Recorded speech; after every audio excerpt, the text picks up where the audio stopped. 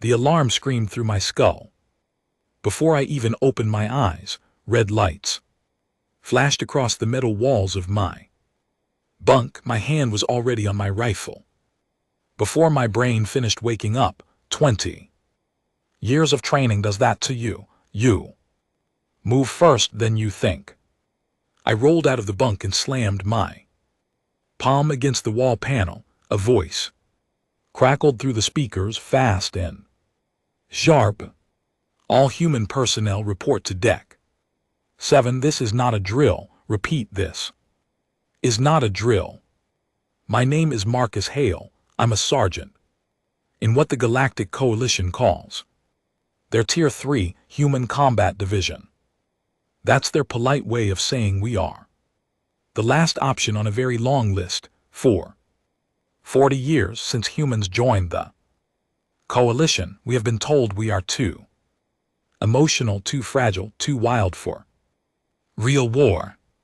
The big warrior species, the Vorthons, handle all the fighting. We handle supply lines and cargo runs. That was about to change. I pulled on my boots and sprinted down the narrow hallway of the Coalition ship. Resolute Dawn. Other humans were already running with me. Private Helen Brooks, barely 20 years old, her eyes wide but her jaw set hard. Corporal Daniel West, the oldest of us at 50, a quiet man who never spoke unless he had something worth saying. Private Owen Grant, skinny and fast, who could fix any weapon in under 5 minutes. Private Leela Moore, the best shot I had ever trained with. 15 of us in total. That was our whole unit. We reached Deck 7 and the blast doors hissed open. The briefing room was full of tall aliens in silver uniforms. I had seen many alien species in my years with the Coalition, but never had I seen so many of them look so afraid. At the front of the room stood a Vorthon commander. He was 8 ft tall, covered thick gray plates with 4 arms that ended in claws the size of kitchen knives.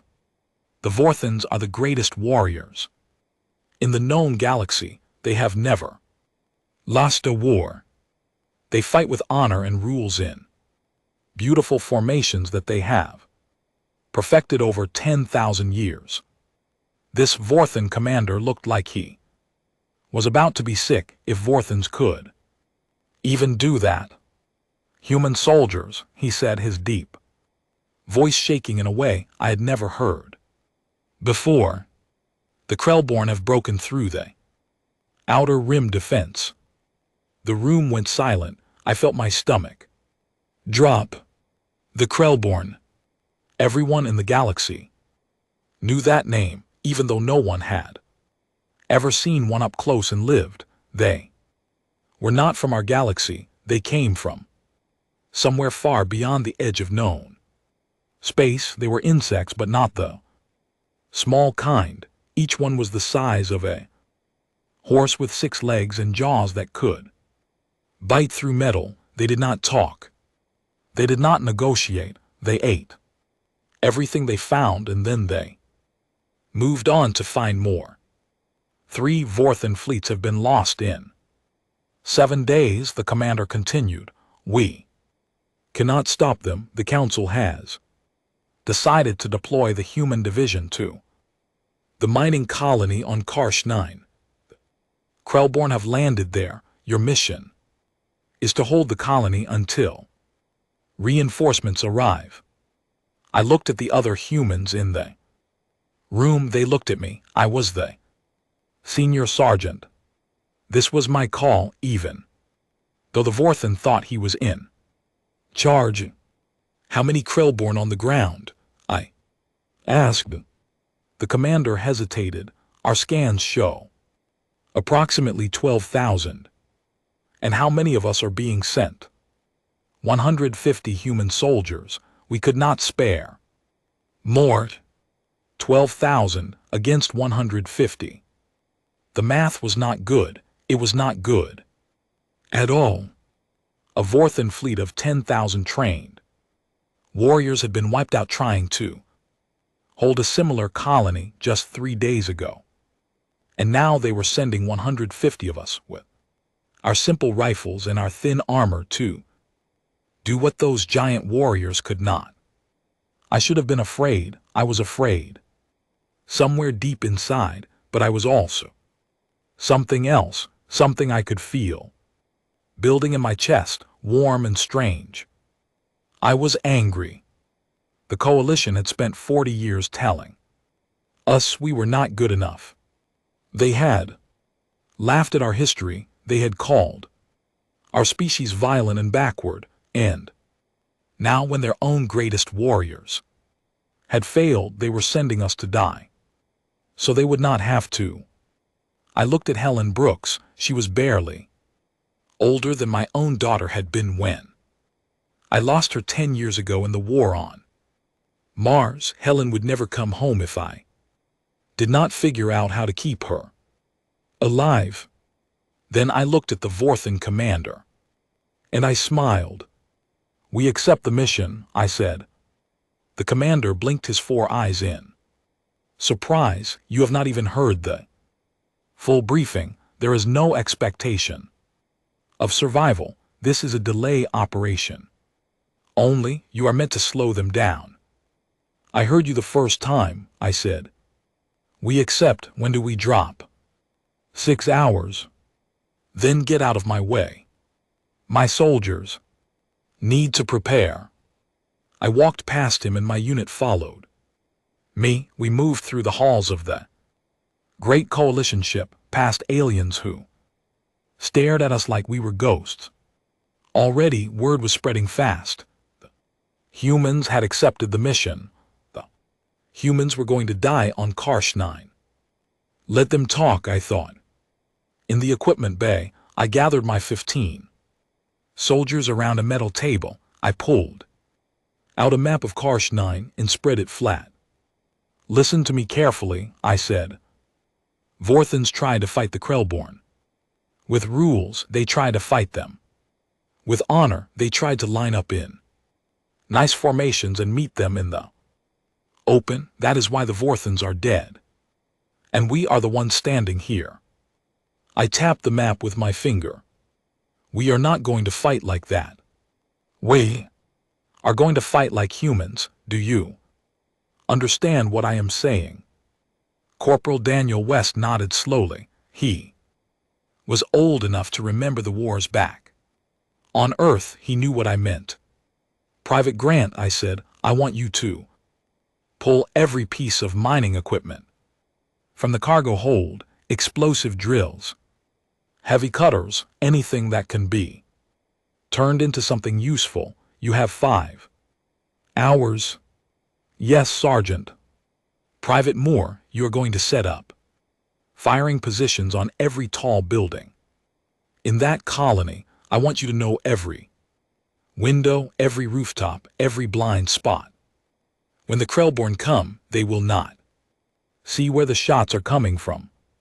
"Yes, Sergeant." "Private Brooks, I need you to study the Krellborn, everything we have, every picture, every scan, every report. I want to know what they eat, what they fear, how they sleep, how they communicate. By the time we land, you will be the galaxy's expert on them." Helen nodded, her eyes burning with focus. "The rest of you, I want you thinking. The Krellborn expect us to fight them the way the Vorthans did. They are going to be wrong. They are going to be very, very wrong." A coalition observer had been watching us from the door. She was an Avani, a tall, thin alien with pale blue skin and large black eyes. Her name was Ilthari, and she had been assigned to watch human soldiers in combat and report back to the Council. Her people were telepaths. They could read minds. She walked into the room slowly. She looked pale even for her species. "Sergeant Hale," she said quietly, "may I speak with you?" I stepped aside with her. "What is it?" I have been in the minds of your soldiers. I cannot help it. My gift is always active. I wanted you to know that. I have never felt anything like this before, not in any species in the coalition. Felt what? She looked up at me with her huge dark eyes. Your people do not feel fear the way we do. You feel it, but underneath it there is something else, something harder, something that does not stop. I cannot even find the right word for it in my language. I thought about that for a moment, then I said the only word that fit. Stubborn, I told her. We call it stubborn. She tilted her head, trying to understand. 6 hours later, we dropped through the atmosphere of Karsh 9 in 15 landing pods, burning through the sky like falling stars. Below us, the mining colony was already on fire. I could see the Krellborn swarming across the ground, thousands of dark shapes moving over the rocks and buildings. My pod hit the ground hard. I kicked opened the door and rolled out into the red dirt. The air was hot and thick with smoke. I could hear the sounds of the enemy screaming and clicking somewhere in the distance. Helen Brooks landed beside me. She looked up at the alien sky, then at me. Sergeant, she said, what do we do now? I loaded my rifle and pulled down the visor of my helmet. Now, Private, I said, we show them what humans are. And I started running toward the fire. The first thing I noticed about the Krellborn up close was the smell. It came on the wind before anything else. Sharp, sour smell like old milk mixed with burning plastic. It hit the back of my throat and made my eyes water. I pulled my face mask tighter and kept moving. Helen was running right behind me. Corporal West was on my left. The rest of the unit was spreading out into the shadows of the burning colony, exactly as I had told them to do on the ship. No formations, no straight lines. We moved like hunters, low and quiet, using every wall and piece of broken machinery for cover. The colony on 9 had been home to about 8,000 alien miners before the Krell bar landed. Most of them were a small, peaceful species called the drome. They looked like soft blue otters that walked on 2 legs. They mined rare metals for the coalition and had never held a weapon in their lives. I tried not to think about what had happened to them. I tried not to look at the things the Krell bar had left in the streets. I could not save the drome. They were already gone, but I could make sure that what happened here did not happen anywhere else. Private Moore's voice came through my helmet radio, calm and clear. Sergeant, I have eyes on the main swarm. From the water tower, there are about 400 Krell bar in the central square. They are gathered around something big. I cannot tell what it is. Keep watching, I said. Do not fire yet. Owen, how are those explosives coming? Almost ready, Sergeant. Private Grant answered. I am using the mining charges from the supply depot. I have rigged them to a remote trigger. When you say the word, I can bring down half the buildings on the north side of the square. Good, hold for my signal. Helen, what do you have for me? Helen was crouched beside me behind an overturned cargo truck. She had been studying Krell bar data for 6 hours straight on the ship, and her brain was full of bar are not individual thinkers. They operate as a group mind, but the group mind is controlled by queens. Every swarm has at least one queen. She is larger than the others, and she cannot move well on her own. She stays in the center of the swarm and gives orders through a kind of Chemical signal. So if we hurt the queen, the swarm gets confused. They start fighting each other. They do not know what to do without her. I smiled under my helmet. This was very good information. More that big thing in the center of the square, can you describe it? It is about the size of a small building, Sergeant. It has many legs. But it is not walking, it is just sitting there. The other Krellbar keep going up to it and touching it with their antennas. That is the queen, Helen whispered. My plan was forming fast in my head. The Vorthan warriors would never have done what I was about to do. It would be against their code of honor. They would have marched into the square with trumpets blowing and given the enemy chance to face them in fair combat. We were not Vorthans. Corporal West, I said, take 5 soldiers to the south side of the square. When I give the signal, make as much noise as you can. Fire your rifles. Shout, make the Krellbar think the main attack is coming from the south. Yes, Sergeant. Owen, get your charges ready on the north buildings. When the Krellbar turn toward the south to fight West and his team, you bring those buildings down on top of them. Yes, Sergeant. More the moment the dust rises, you take your best shot at the queen. You only get one chance. She is protected by soldier Krellbar, but when the dust is thick, they will not see you firing from the tower. I will not miss, Sergeant. Helen, you are with me. We are going to cut through the side alley and reach the queen while everyone else is confused. If Moore's shot does not finish her, we are going to make sure the job gets done. Helen looked at me.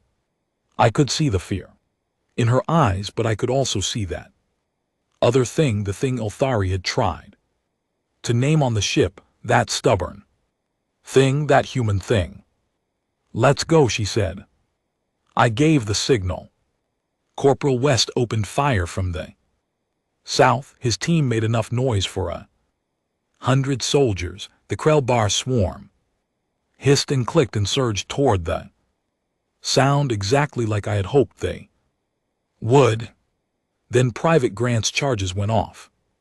The north side of the square erupted in a storm of dust and broken stone. 3 tall buildings collapsed on top of the Krellbar fighters who were rushing to the south. The swarm went wild, without their queen giving clear orders. They did not know whether to retreat, attack, or freeze. I heard a single sharp crack from the water tower. Leela Moore had taken her shot. Helen and I were already running through the side alley. We burst into the main square just as the dust was thickest. I could barely see 5 FT in front of me. I could hear the queen making a terrible sound, somewhere between a scream and a horn. Moore's shot had wounded her but not finished her.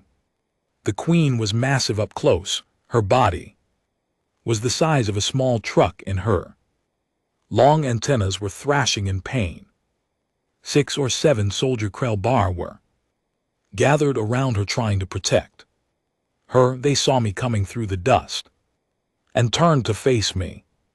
Helen fired her rifle. 2 of them fell. I fired mine and took down another. Remaining Krellbar rushed at us, but they were confused without the queen's signals. They tripped over each other. They hesitated. They were not used to fighting without clear orders. I reached the queen. I climbed up onto her back. Helen was right behind me, covering me with her rifle. I pulled the explosive charge from my belt, the one Owen had prepared for me, and I placed it right behind the queen's head. Then I jumped down and ran. Helen and I sprinted back into the alley. 5 seconds later, the charge went off. The queen did not make any more sounds. The moment she was gone, something incredible happened. The entire swarm of Krellbar across the colony seemed to lose their minds. They started running in circles. Some of them attacked each other. Some of them just stopped moving and stood in place like they had forgotten what they were doing. Now I said into my radio, all units hit them now. They are blind. For the next 3 hours, my 15 soldiers cut through a force that outnumbered us by nearly 1,000 to 1. We used every trick I knew. We set fires. We collapsed tunnels. We used the colony's own machinery against the enemy. More. Picked off any Krellbar that looked like it might be organizing a counterattack. Helen led a team through the sewers and came up behind a group of 200 that thought they were safe. Owen turned the colony's mining drills into weapons. Corporal West held the south side with his team and did not lose a single soldier. By the time the sun began to set on Karsh 9, the colony was quiet. We did not lose anyone, not one human. All 15 of us were still standing. I walked through the empty streets with Helen beside me. The smoke was clearing. The smell was starting to fade. Up in the sky, I could see the lights of the Vorthen fleet arriving for what they thought would be a rescue mission. They were going to find no one to rescue. Just a lot of questions. My radio crackled. It was Ilthari calling from the coalition ship in orbit. Sergeant Hale, she said. Her voice was strange. She sounded like she was in shock. The sensors are showing no active Krellbar signals on the entire surface. How is this possible? The projection said the colony should be held for 6 months. It has been less than 6 hours. I looked around at the quiet streets, at Helen, who was leaning against a wall, finally letting herself breathe, at the great purple sky of an alien world where my people had just done what no other species in the galaxy could do. Tell the council something for me. Ilthari, I said. What should I tell them? I took a deep breath of the cooling air. Tell them that humans are not a last resort anymore. On the coalition ship, 3 days after Karsh 9, I could not sleep. I sat alone in the observation room, watching the stars go by. My whole body ached. Kind of deep ache you get after too many hours of running and fighting, but it was not the pain that kept me awake. It was the silence. Before the battle, the alien crew of the Resolute Dawn used to laugh at us. They made jokes in their own languages when we walked past. They rolled their eyes when human officers spoke in meetings. Now when I walk through the halls, they stepped aside. They lowered their voices. Some of them would not even look at me. I had wanted respect for 40 years. Now that I had it, I realized it was not respect, it was fear. The door slid open behind me. I did not need to turn around to know who it was. Ilthari was the only one on the ship who still walked right up to me without hesitation. Her species, the Avani, felt things deeper than most. Maybe that made her braver, or maybe it just made her too curious to stay away. You should be sleeping, Sergeant Hale, she said softly. So should you. She sat down beside me, her long, thin fingers folded neatly in her lap. For a moment we just watched the stars together. The council has ordered a new mission, she finally said. They want to speak with you before they announce it. I turned to look at her. Another colony. Worse, much worse. She was quiet for a long moment, gathering her thoughts.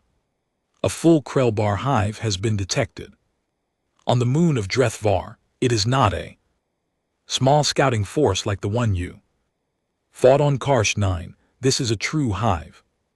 The sensors estimate 200,000 Krellbar are on the surface. They are building something there, a structure. Our analysts believe a gateway, a door that will let more Krellbar come through from their home galaxy. 200,000. I let the number sit in my head for a while. How many soldiers is the council sending? I asked. Ilthari would not meet my eyes. How many, Ilthari? 47, she whispered. They are sending only your human division, no Vorthans, no support fleet. The council has decided that the risk of losing another large force is too great. They want the humans to go in alone and see if you can stop it. I laughed. I could not help it. It came out dry and tired.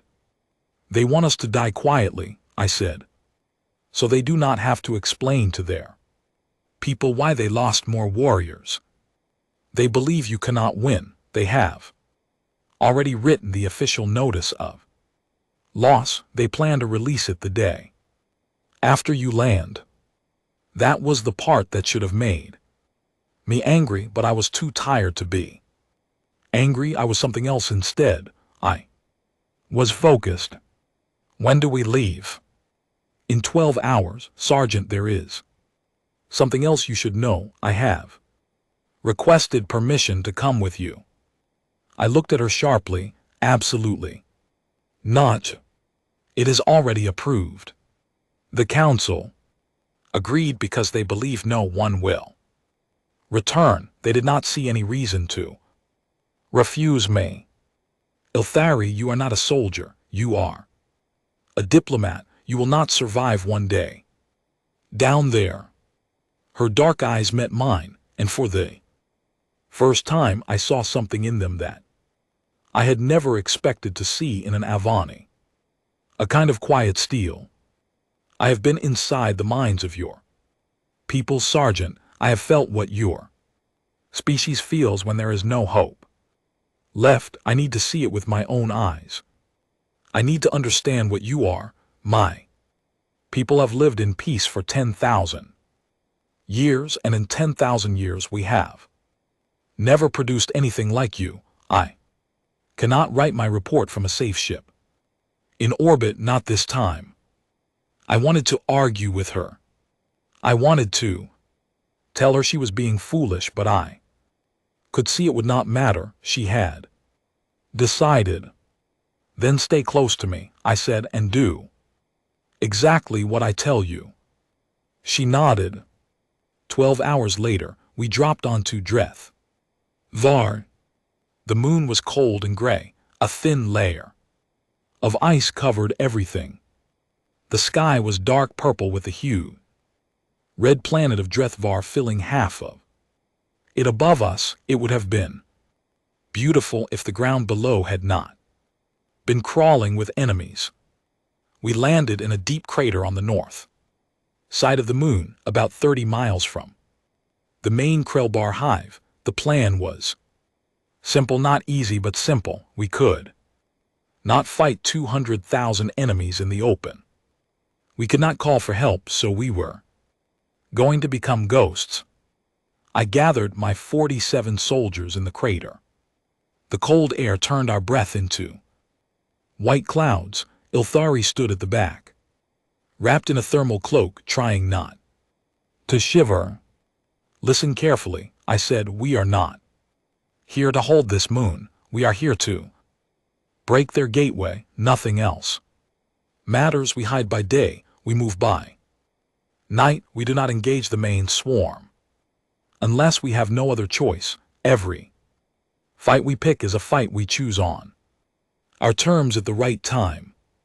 Private Grant had brought a full pack of explosives. Corporal West had a detailed map of the moon's ice caves that I had pulled from old Coalition mining records. Helen had studied everything we could find on Krellbar hive structures and she had identified what she thought was the weakest point of the gateway.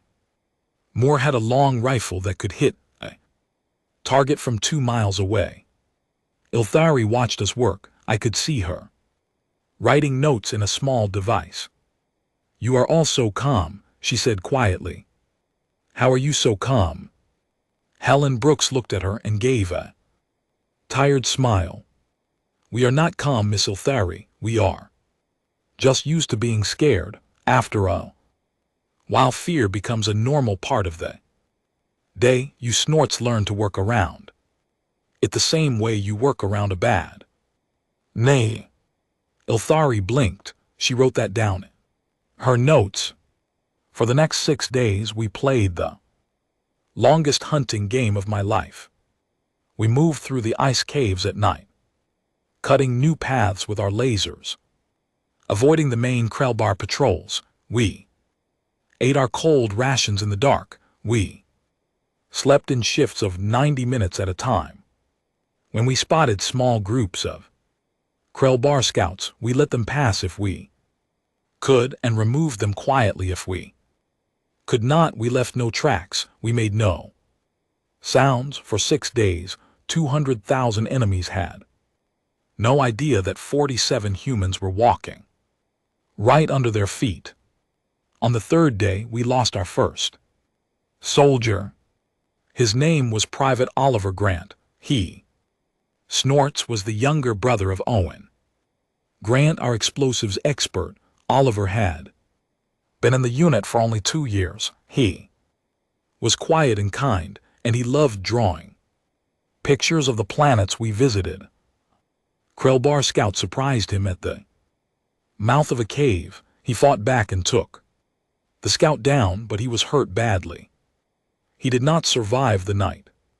We carried him with us. We did not leave him behind. Owen did not speak for a full day after we lost his brother.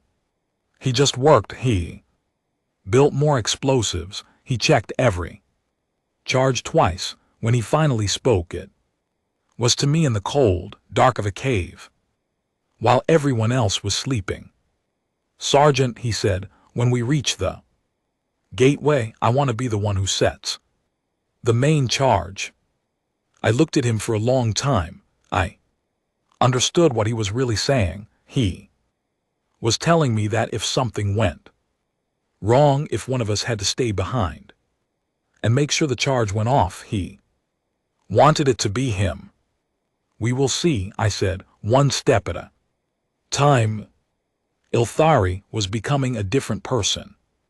On that moon, when we had started, she flinched at every sound. She cried the first time she saw one of our soldiers get hurt, but by the 5th day she was walking without complaint. She was carrying her own pack.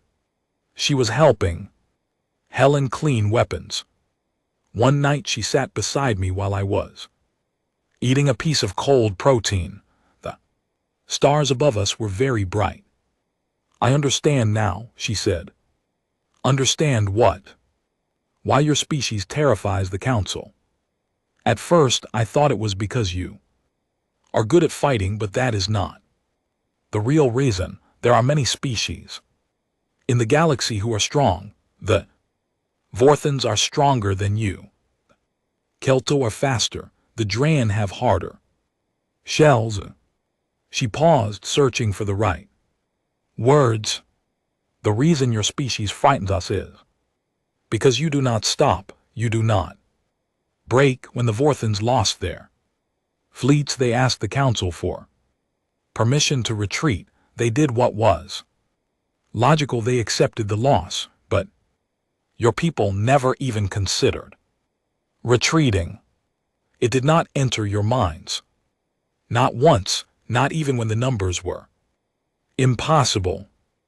I chewed my cold food and thought about that. My species had a long history, Ilthari.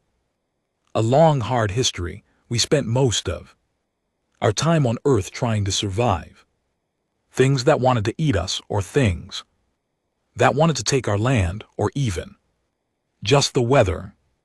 When you live like that for 100,000 years, stopping is not an option. That your brain can even think about. Your brain deletes that option before you are old enough to talk.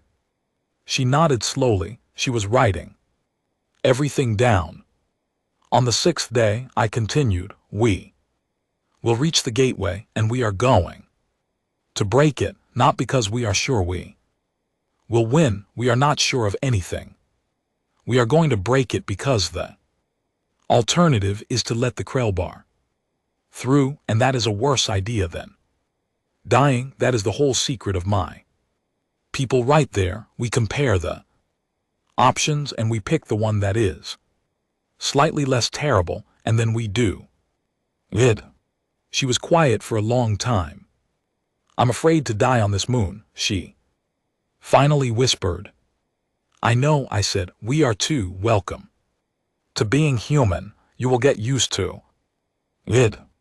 On the 6th night we reached the gateway.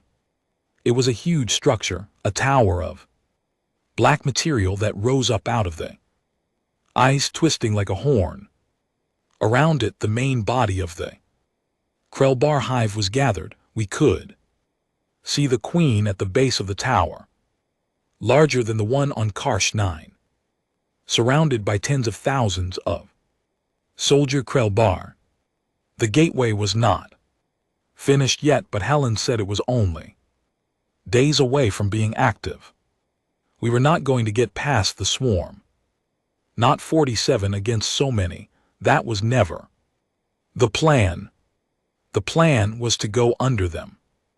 Corporal West had found a line of ice caves that ran right beneath the gateway's foundation. We had been crawling through them for the last 2 days, now deep below the tower in a cave that was only about 6 ft high. Owen Grant placed the main charge against the base of the structure. I looked at my soldiers in the dim light of our helmet lamps, 46 of us now, plus Ilthari, Helen Brooks, who had saved my life twice since Karsh 9, Corporal West, who had not slept more than 3 hours a night in a week, Leela Moore, whose eyes were red from watching through her scope for so many hours, Owen Grant, who was about to blow up the thing that had taken his brother's life. On my signal, I said into my radio, all teams pull back to the second cave. Owen, you set the timer for 5 minutes. And you come with us, do you understand? Me, you come with us. That is an order, not a request. He looked at me. I could see he had been planning to stay behind with the charge. I could see him thinking about whether to argue. Owen, Helen said gently, your brother would want you to come home. He nodded. He set the timer for 5 minutes. Then we ran. I have never run so hard in my life. 47 soldiers and 1 alien diplomat, sprinting through a narrow ice cave in the dark, knowing we had 5 minutes before the whole moon might come down on top of us. My lungs burned, my legs burned, but I did not slow down, and no one else did either. At the 4-minute mark, we reached the second cave, which was deep enough and strong enough to hold. At the 5-minute mark, the whole moon shook. The cave roared. Dust and ice fell from the ceiling. I heard a sound like a mountain breaking in half. I pulled Helen and Ilthari close against the wall. For snorts a long time we could not see anything or hear anything except the roar. Then slowly it stopped. We crawled out of the cave into a different world. The gateway was gone. Where the tower had stood, there was now only a huge crater filled with broken black material. The main Krellbar hive had been at the base of the tower. Most of it was gone too. The queen was gone, and without her, the 200,000 Krellbar Across the moon were suddenly confused, leaderless mob. Some were running, some were fighting each other. Most were just standing still, lost. We had done it. Elthari stood beside me in the cold moonlight, looking at the crater. I have to send a report to the council, she said. Her voice was strange, shaking. What are you going to tell them? I asked.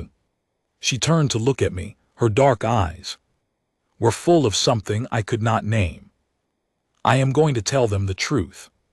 Sergeant Hale, I am going to tell them that 47 of your soldiers just did something that my entire species, with all our science and all our peace, could never have done. And I am going to tell them that they need to stop being afraid of what you are. And what are we, Elthari? She was quiet for a long time. You are what the galaxy needed, she said at last, whether the galaxy knows it or not. 2 weeks after Drethvar, they called me to the Coalition capital. The planet was called Senthil Prime. It was the most beautiful world I had ever seen. Great golden cities rose up into the clouds, built by 200 different species. Over 10,000 years of peace. Flying vehicles moved between the towers. In long curving lines, the air smelled like clean water and something sweet I could not name. This was the heart of the Coalition. This was what the Council was trying to protect when they sent us out to die. I arrived alone. They had asked only for me. The rest of my unit was resting on the Resolute Dawn. Helen had wanted to come with me, so had Elthari, who had stayed close to me since we returned from the moon, but the orders were clear: 1 human, no escorts. I wore my dress uniform. It felt strange on my body after weeks in combat armor. I had shaved my face for the first time in a month. My left leg still hurt where a piece of ice had caught me during the escape. I walked with a small limp that I could not fully hide. The council chamber was enormous. It was a round room the size of a sports stadium, with seats rising up in curved rings toward a high ceiling made of colored glass. 200 delegates from 200 different species were seated in those rings. Tall ones, short ones, ones with fur and ones with scales, ones who breathed through gills, and ones who communicated through flashing lights on their skin. They had all come to see me, the human, the soldier, the question no one knew how to answer. At the center of the chamber was a single small platform. That was where I was supposed to stand. The platform had been built for someone much larger than me. I had to climb up 3 steps to reach the speaking position, and when I stood there, my head was barely above the edge of the railing. I did not let that bother me. The head of the council was a Thessan. The Thessans are a very old species, small and wise, with gray skin and kind eyes. The head counselor's name was Renval. He was older than most planets. He had been on the council for 600 years. He rose from his seat, and his voice filled the chamber. Sergeant Marcus Hale of the Earth Division, he said, you have been called before this council to answer for the events on Drethvar. That was not the welcome I had been expecting. Answer, I said. Answer for what? A different voice spoke up from a high seat on the left side, a Vorthan voice. Deep and cold, it belonged to Grand Warrior Tarkin, the leader of the Vorthan Protectorate. He had lost 3 fleets in the Krell Bar War. He had not forgiven my species for succeeding where his had failed. The human division destroyed a Krell Bar hive structure without authorization. Tarkin growled. The operation was meant to be a holding action.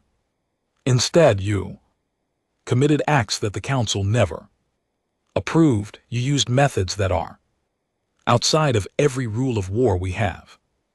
I looked up at him, 8 FT of gray armor, and bitter pride staring down at me like I was an insect. You lost 3 fleets trying to fight them by your rules, Warrior Tarkin, I said quietly. We won with 47 soldiers.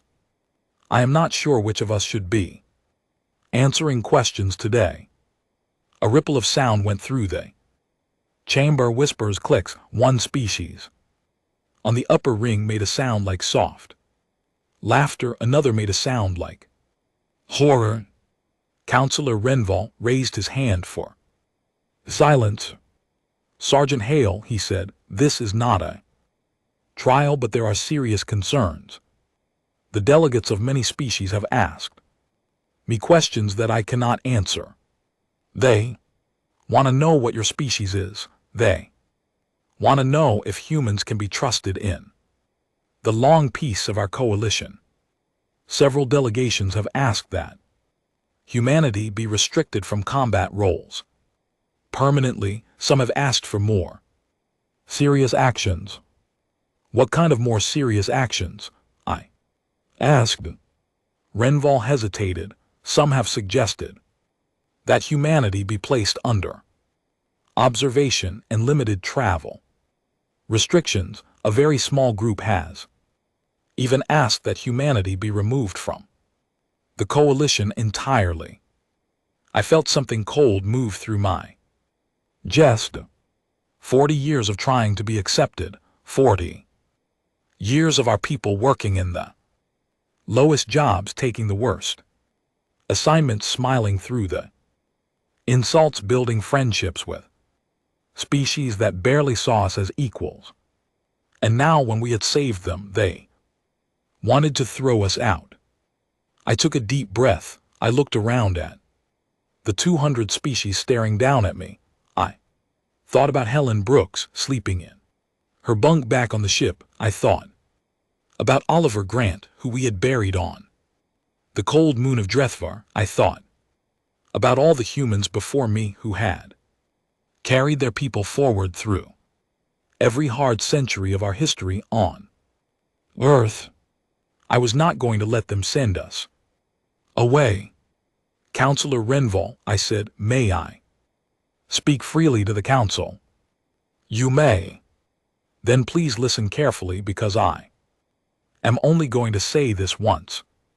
I turned slowly, looking at all the seats around me. I made sure every delegate could see my face. You think my species is dangerous? I said. You are right, we are, but you do not understand why. I began to walk slowly around the small platform. You think we are dangerous because we know how to fight. That is not the reason. The Vorthans know how to fight better than we do. The Kelto have weapons we could never build. The Dran have ships that could destroy our whole planet in an hour. There are at least 30 species in this chamber right now that could defeat my people in a fair war. And I am not too proud to say it.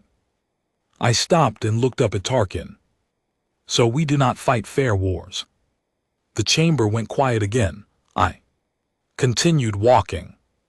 My species evolved on a world that tried to kill us every single day, not once, not twice, every day, for hundreds of thousands of years. Before we had cities, we were hunted by animals with teeth bigger than our heads. Before we had fire, we froze in the winters and burned in the summers. Before we had medicine, our children died from tiny, invisible things that lived in the water. For most of our history, it was a very good thing if one of our children reached the age of 10. Most of them did not. I paused and let that sit with them for a moment.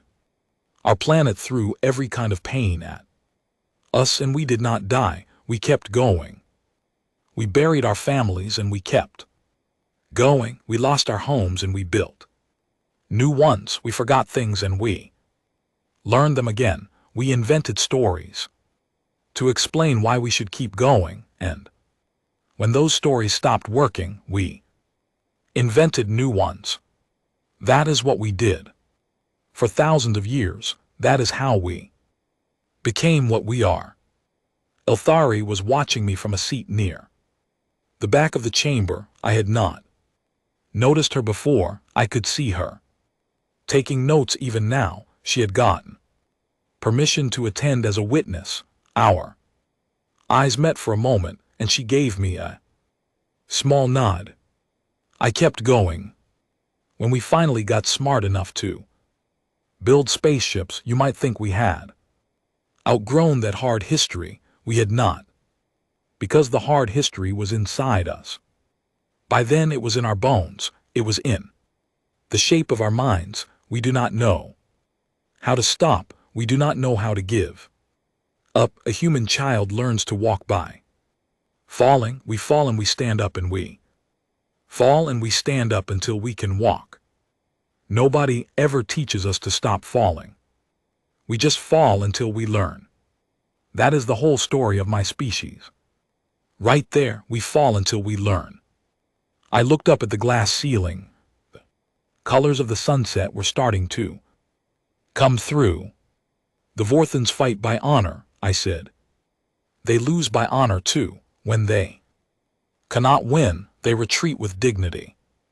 That is a beautiful way to live, and I respect it, but you cannot ask us to fight that way because we do not know how. When we cannot win, we do not retreat. We fall back and we think harder. When our first plan does not work, we try a second plan and a third and a fourth. When we run out of plans, we make new ones out of whatever we have in our pockets. If we have to fight with rocks, we fight with rocks. If we have to fight in the dark, we fight in the dark. If we have to fight alone, we fight alone. This is not bravery. We are not brave. We are terrified every single time. We are just more stubborn than we are terrified. That is the only difference. I could see some of the delegates leaning forward now. Even Tarkin was silent. You called us here to decide what to do with us. I understand. You are frightened. You spent 10,000 years building a peaceful coalition, and now something new and strange has walked into your garden, and it has teeth, and you do not know whether to feed it or chase it away. I understand that. If I were you, I might be frightened too. I took a deep breath. Let me tell you something important. The Krellbar are not the last enemy this galaxy will ever face. There will be more. Something will always come out of the dark. Something that does not care about your beautiful rules and your long peace. When that thing arrives, you will have a choice. You can call us, or you can face it alone, and if you choose to face it alone, you will lose, not because you are weak. You are not weak, but because you do not know how to do what we do. You do not know how to refuse to die. That is a skill. It takes practice, and my people are the only ones in this galaxy who have practiced it for 300,000 years. I stopped walking. I stood very still at the center of the platform. I spread my hands out. I am not here to beg you. My people do not beg. I'm here to tell you the truth. And then I am going to walk out of this room, and you will decide what you will decide. But understand this. If you send us away, you will be safer for a little while, and then one day something terrible will come, and in that moment you will remember this speech. You will remember that you had a chance to keep us, and you will wish you had. I stepped down from the platform. I walked toward the doors. My footsteps were the only sound in the enormous chamber. 200 species watched me in total silence. Then behind me, Ilthari stood up. "Counselor Renville," she said, "may I speak?" The old Thessan nodded. Ilthari walked down from her seat to the center of the chamber. She was thin and pale, but her back was straight. I stopped at the door and turned to listen. I was sent to observe the human soldiers, she said. I spent 6 weeks with them. I went into combat with them on the moon of Drethvar. I lived through things I did not believe I could live through, and I read their minds. Counselors, my gift as an Avanai allowed me to see inside them in a way that no other observer ever has. She paused. I want to tell you what I found. I did not find monsters. I did not find people who love violence. I found tired, frightened beings who would rather be home with their families than on a cold moon fighting something terrible. Every single one of them was scared. Every single one of them wanted to go home. And every single one of them kept walking forward anyway, because they had decided that the rest of us were worth protecting. She looked around the chamber, her dark eyes fierce. Sergeant Hale is correct. Something worse than the Krellbar will come one day. And on that day, the humans will be the ones who stand between us and the dark. I have been inside their minds. I know this is true. To send them away would be the greatest mistake this council has ever made. I ask you with all of my respect, please do not make it. She stepped back. I stood at the door, not sure what to do. Counselor Renville rose slowly to his feet. The council will now vote, he announced. The voting took 2 hours. I was asked to wait outside in a small, quiet garden filled with strange blue flowers. Ilthari sat with me. Neither of us spoke much. The flowers moved in a wind I could not feel. When I was called back, the chamber was very still. Renville spoke. Sergeant Marcus Hale, the council has voted by a majority of 163 to 37.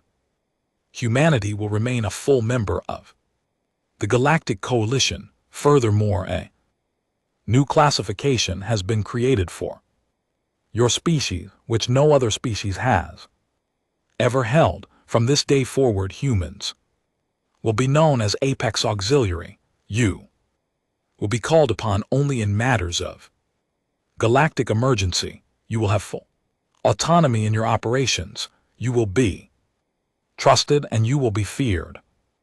I bowed my head slightly. Thank you, Counselor. He was quiet for a moment, then he said something that I would remember for the rest of my life. Sergeant Hale, I have served on this council for 600 years.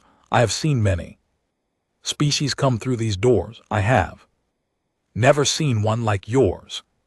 May the stars have mercy on whatever comes out of the dark to face you next. I walked out of the chamber with Ilthari at my side. The sun was setting over Senthil Prime. The great golden towers were glowing in the orange light. Above us somewhere, my unit was waiting on a ship. Helen Owen Moore West, all of them resting, not yet knowing what had happened. I would go home to them. I would tell them that we had not been sent away. I would tell them that we were still part of this strange, huge family of stars and species. And then one day I knew the call would come again, and we would answer. 10 years passed. My hair turned gray at the edges. Wound from the ice of Drethvar left me with a limp that got worse in the cold. I was a general now, though I still Thought of myself as Marcus Hale, the sergeant who once ran across a burning colony with Helen Brooks at his back. I had an office on a space station above Earth with a window that looked down at the blue and white world where my species had grown up. I spent most days behind a desk, reading reports, training new soldiers, writing letters to the families of those we had lost. The galaxy had changed since the Council's decision. The title Apex Auxiliary had become more than just a classification. It had become a promise, a threat, a rumor whispered in the dark corners of space. In those 10 years, humans had been called only 4 times. Each time we had won, each time we had come home with fewer than we left with. But we had come home. Ilthari visited me often. She had become something like a sister to me in those years. Her hair had gone from pale blue to silver, a sign of age among her people. She wrote books about humans that were read on every world in the coalition. The young aliens of many species came to our schools to learn what it meant to stand firm in the face of hopelessness. She told them our stories. She made us sound better than we were. I did not have the heart to correct her. Helen Brooks was a colonel now with her own unit. She had married a quiet man who ran a small farm in Kentucky. They had 2 children. She sent me pictures every year on my birthday. Owen Grant had left the military after his 20th year of service and opened a school for young engineers. Leela Moore had become a training instructor for new snipers. Corporal West, bless him, had passed away peacefully in his sleep at the age of 73. I had written his family a long letter. He had been the best soldier I ever served with. Those 10 years were quiet. Then one morning I was having breakfast in my office when the emergency line began to ring. I knew the moment I heard that sound that the quiet was over. The voice on the other end was Ron Val's aide. The old counselor was still alive somehow at 700 years of age. Thessans live longer than most.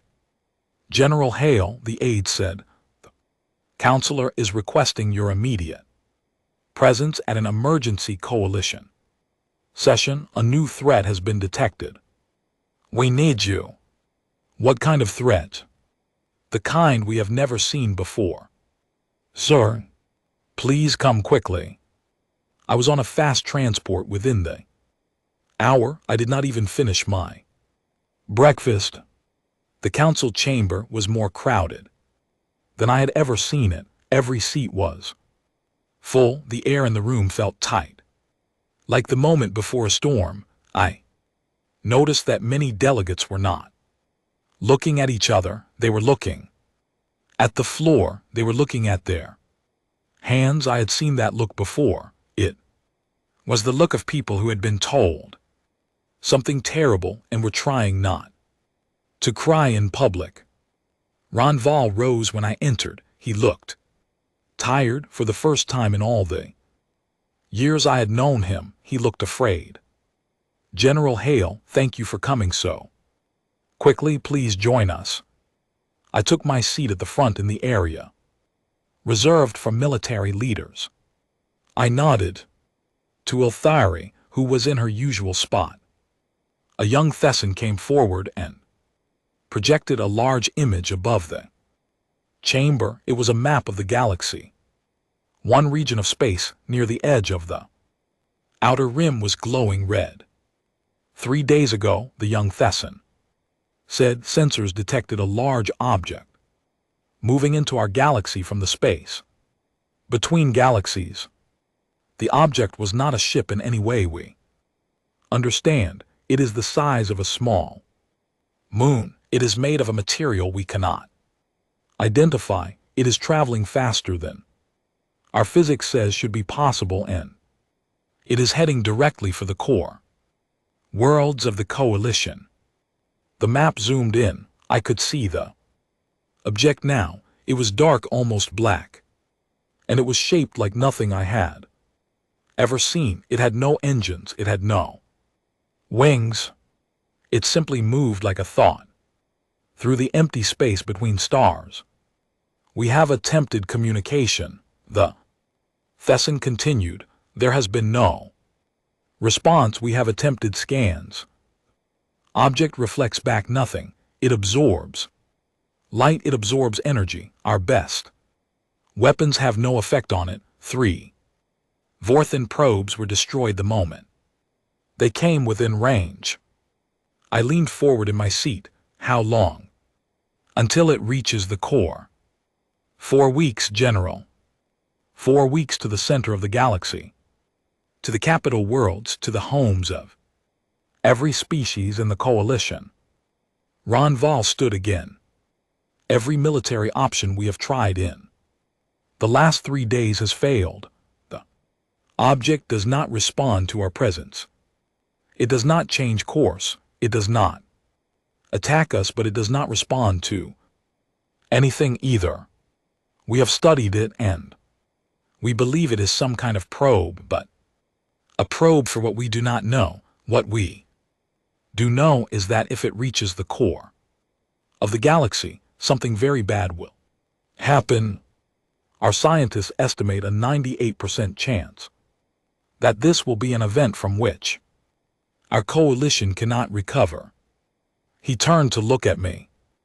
General Hale, we have tried every option. All have failed. We are now activating the Apex Auxiliary Protocol. We are asking the humans to take this problem and solve it by whatever means you can devise. The chamber went silent. I stood up slowly. Counselor, I said, may I ask a question? Of course. If our best scientists cannot understand what this thing is and our best weapons cannot harm it, what exactly do you expect my people to do? He smiled a small, sad smile.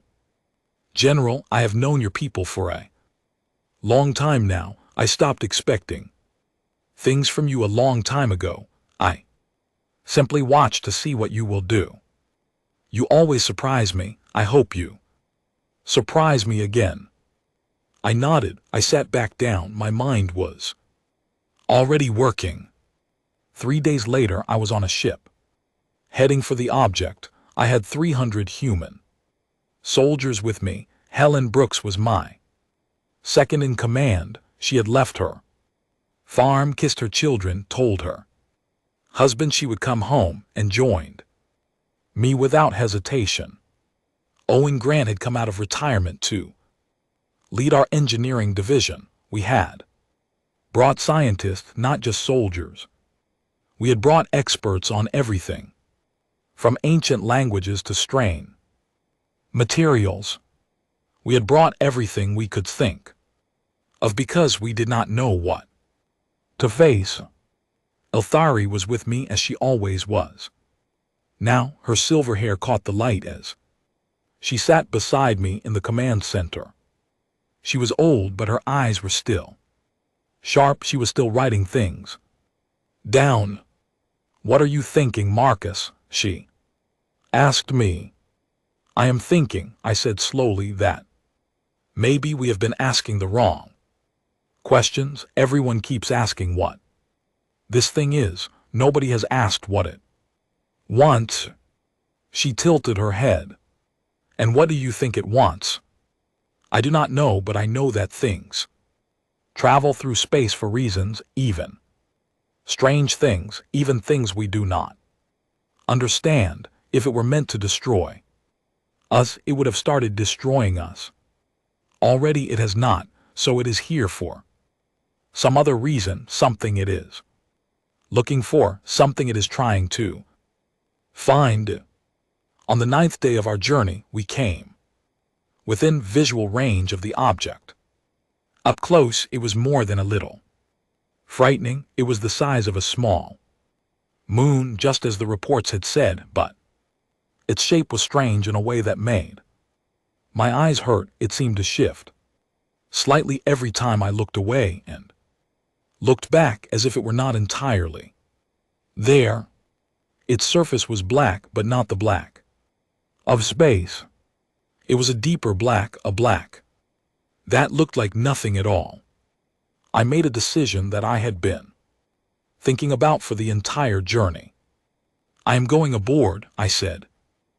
Helen turned to me sharply. "Marcus, you cannot be serious." "I am serious. Nobody has tried to simply go aboard. Every approach so far has been from a distance. Scans, probes, weapons. Nobody has walked up to the door and knocked. You do not even know if it has a door." "Then I will find one." Owen came into the command center, carrying a small bag of equipment. He had clearly overheard the conversation. "If the general is going," he said, "then I am going with him." "No," I said. "Owen, you are not. Someone has to stay here and keep my people safe. That is you. If I do not come back, Helen is in command. Nobody tries to rescue me. Is that understood?" "Yes, sir," Owen said, though I could see he hated it. "I will go," Ilthari said quietly. We all turned to look at her. "Ilthari, no, you are too old." She smiled at me. It was the smile of someone who had already made up her mind. "Marcus, I am an Avani. I can read minds. If there is anything living on or in this object, I may be able to hear its thoughts. You will need me, you know." "You will." I looked at her for a long time. I knew she was right, and I knew I could not talk her out of it. "Then get a suit on, my friend. We are going for a walk." Ilthari and I launched in a small shuttle from our flagship. The object grew larger and larger as we approached. My pilot brought us close to the surface. We found what looked like a flat area and we sat down. The shuttle touched the surface gently. We did not sink, we did not bounce, we simply stopped. I put on my pressure suit. Ilthari put on hers. We stepped out into the airless quiet. The surface was smooth. It felt neither warm nor cold through my gloves. I took a step and then another. Ilthari walked beside me. I could hear her breathing over the radio. Then she stopped.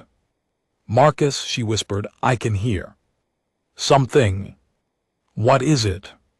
She was silent for a long time. Her eyes went distant. Then she looked at me with wonder in her face. "It is a song, Marcus, a very old song. Someone is singing inside this thing. I do not understand the words, but I can feel the meaning. I can feel it. Meaning is loneliness. This thing is lonely." I stared at her. "Ilthari," I said slowly, "are you telling me that this moon-sized object that is traveling across galaxies and terrifying the entire coalition is actually just lonely?" She nodded, tears in her eyes. "Yes, that is exactly what I am telling you." I sat down on the smooth black surface of the object. I had been expecting a fight. I had been expecting enemies. I had brought 300 soldiers and every weapon the human race could provide, and now Ilthari was telling me that the thing was not a weapon at all. It was a traveler. It was something old and alone, looking for something it had lost a very long time ago. I began to laugh. I could not help it. "Ilthari," I said, "tell it hello for me. Tell it that humans are here. Tell it that we know something about being lost and far from home. Tell it we are listening." She closed her eyes. She reached out with her mind. For a long time nothing happened. Then, slowly the surface under my feet began to change. A soft light began to glow. Beneath the black, I stood up, Ilthari's eyes opened. It heard us, Marcus. It is answering. A hole opened in the surface of the object, not a violent hole, a gentle one. Like a flower opening, inside I could see soft golden light. It wants us to come in, Ilthari said. I took her hand. We stepped inside. What I saw in that place I will not write down. Some things are not for reports and books. They are only for the ones who saw them. I will say only this. Inside that object I met the last member of a species that had died out many millions of years ago. It had been traveling the galaxies ever since, looking for anyone who might still remember. It was old beyond measure. It was tired. It had been alone for so long that it had forgotten how to speak. But Ilthari could hear it and I could listen. We stayed for 3 days. In those 3 days we learned things that our scientists would spend the next 100 years trying to understand. The being gave us gifts of knowledge that would change medicine and physics and the way we understood the universe. In return, we gave it what it had been looking for, someone to sit with, someone to listen. We told it about our galaxy. We told it about the coalition. We told it that it was not alone anymore. On the 4th day, it asked us to leave. It was not angry. It was not sad. It had simply decided, after so many long ages of wandering, to stop, to rest. It had chosen a star system far from any inhabited world where it could float in the light of a sun and be at peace. It thanked us before we left. Ilthari translated the words for me. It said, I will never forget that in the end it was the small ones who heard me. We returned to the coalition as heroes. The council gave long speeches. Medals were given. Parades were held on 100 worlds. Ilthari and I sat through most of them, tired and quiet, smiling when we needed to. The real moment for me came after it was all over. Helen and I were sitting on a hill back on Earth watching the sunset. The same sun that had risen over our hard history 100,000 times. She was holding a cup of coffee. I was holding mine. Marcus, she said, I have been thinking about what? About what we are, about what they say. We are the apex auxiliary, the ones who do not stop. I used to feel proud when I heard that, like it meant something great about us. And now, she looked out at the sun. Now I think it means something simpler. I think it means we are just willing to show up. That is all. We show up when nobody else will. We listen when nobody else can. We walk into the dark when everyone else is too scared to move. That is not a great power. That is just a choice. Anybody could do it. Anybody at all, but for some reason it keeps falling to us. I thought about that for a long time. I thought about the Krell Bar and the Gateway and the moon of Drethvar. I thought about Oliver Grant and Corporal West and all the ones we had buried. I thought about the great lonely being in the dark and the song it had been singing for 1,000,000 years and the way its voice had sounded through Ilthari when she heard it. And I thought Helen was right. The galaxy fears us. They have good reasons. We are strange and we are stubborn and we do things that frighten the peaceful species who have forgotten what it was like to claw their way up from nothing. But the real secret, the one we never tell them, is this. We are not special. We are not stronger or smarter or braver than anyone else. We are just the ones who keep showing up. When the enemy comes, we show up. When the lost and lonely call out, we Show up. When something terrible walks out of the dark, we show up. And one day, a long time from now, when I am gone and Helen is gone and Ulthari is gone and even the great Rehenval is finally gone, there will still be humans. In this galaxy, they will still be showing up, they will still be walking into the fires that nobody else will enter. That is why the galaxy fears us, and that is why in the end the galaxy also loves us. The sun set behind the hills. Helen finished her coffee. She stood up and brushed the grass from her uniform. Come on, General, she said. It is getting late. I stood up too. My leg hurt the way it always hurt now. We walked down the hill together in the last of the golden light. And somewhere above us in the dark, between stars, the galaxy kept turning, full of frightened things and brave things and small lonely travelers, looking for someone who would listen, waiting for someone to show up, waiting for us.